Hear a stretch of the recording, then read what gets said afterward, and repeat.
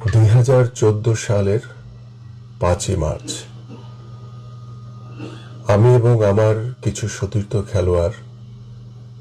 আমরা আমাদের মাননীয় চেয়ারপারসনের অফিস গুলশান অফিসে আমরা সেই দিন উপস্থিত হয়েছিলাম আনুষ্ঠানিকভাবে বাংলাদেশ জাতীয়তাবাদী দলের বিএনপির একজন ক্ষুদ্র কর্মী হিসেবে যোগদান করার জন্য। এবং সেই যোগদান অনুষ্ঠানে সেদিন উপস্থিত ছিলেন আমাদের প্রিয় নেত্রী,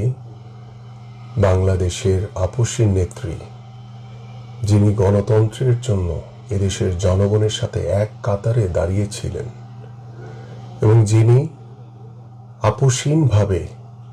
বাংলাদেশকে নেতৃত্ব দিয়েছেন, আমাদের সেই প্রিয় নেত্রী দেশনেত্রী বেগম খালেদা জিয়া। এবং আমি যখন যোগদান অনুষ্ঠানে উপস্থিত হলাম, খেলোয়াড়দের দেখে সেদিন আমাদের প্রিয় নেত্রী দেশনেত্রী বেগম খালেদা জিয়া এতটাই খুশি হয়েছিলেন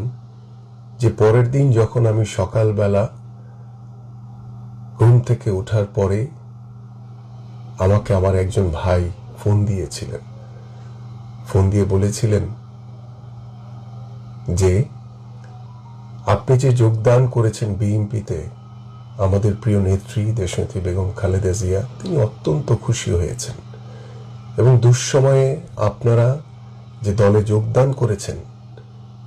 এটি তিনি সবসময় মনে রাখবেন। এবং যেদিন আমি যোগদান করেছিলাম, আমি একজন খেলোয়াড় মানুষ,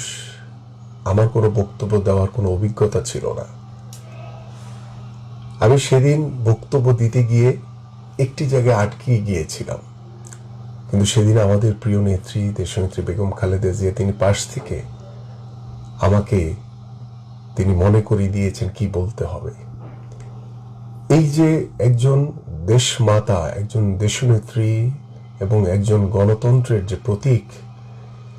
তার কাছে তার প্রতিটি কর্মী হচ্ছে সন্তান সমতুল্য এবং তিনি সন্তানের মতো